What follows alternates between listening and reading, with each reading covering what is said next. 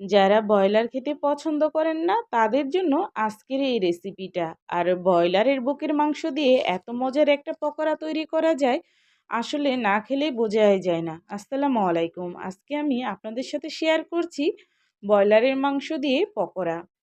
তো এখানে আমি ব্রয়লারের বুকের মাংসটা নিয়েছি, দেখতে তো পাচ্ছেন। বুকের মাংসটা দিয়ে এই পকোড়াটা কিন্তু খেতে ভীষণ ভালো লাগে। যাদের বাচ্চারা একটু মুরগি ভাজা টাইপের কিছু খেতে পছন্দ করেন তারা কিন্তু এই রেসিপিটা ফলো করতে পারেন। তো এখানে আমি আদা বাটা নিয়েছি, মরিচের গুঁড়া, হলুদের গুঁড়া আর ধনিয়া গুঁড়া নিয়েছি, স্বাদ মতন লবণ নিচ্ছি, সয়া সস দিচ্ছি, একটু লেবু নিয়ে নিচ্ছি, একটা ডিম নিচ্ছি।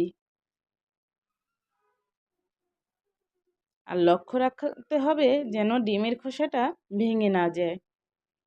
আর ভালো করে এখন মেখে নিব। চাইলে আপনারা আরেকটু ঝালের পরিমাণটা বাড়িয়ে নিতে পারেন, এটা যার যার রুচির উপর নির্ভর করে। তো এখানে আরও কিছু মশলা যদি অ্যাড করতে চান তাহলেও দিতে পারেন, তবে আমি ঘরে যা ছিল সেটা দিয়েই করে নিচ্ছি। আধা ঘন্টা আমি ঢেকে রেখেছিলাম, তেলটা আগে থেকে দিয়ে নিয়েছিলাম, গরম হয়ে গেছে। আর দেখতে তো পাচ্ছেন এখানে আমি বিস্কিটের গুঁড়া নিয়েছি। তো বিস্কিটের গুঁড়া দিয়ে এখন আমি ঝটপট এটা ভেজে নিব।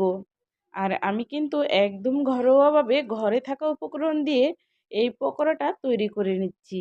হাতের কাছে যা ছিল সেটা দিয়েই, চাইলে আপনারাও করে নিতে পারেন। আর এখন আমি সবগুলো পকোড়া এই তেলেতেই দিয়ে দিচ্ছি। চুলার জালটা কিন্তু একদম মিডিয়াম রাখতে হবে।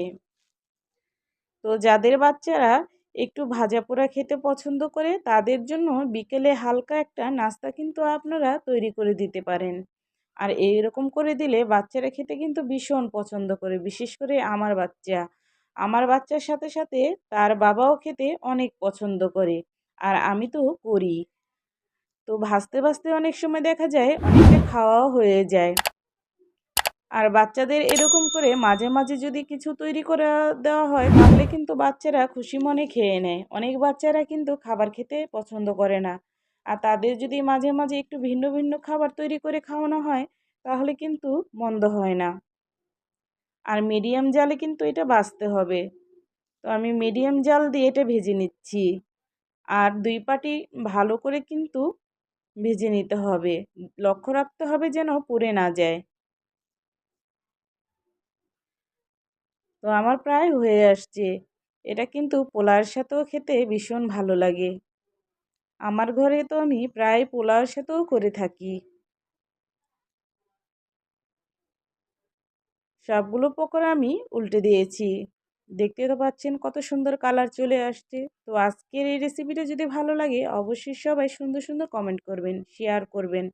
আর ভালো লাগলে সাবস্ক্রাইব করবেন।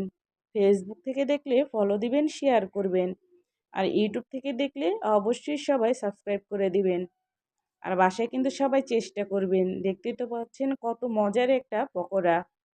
আর আজকে এ পর্যন্তই। সবাই ভালো থাকবেন, সুস্থ থাকবেন। আল্লাহ হাফেজ।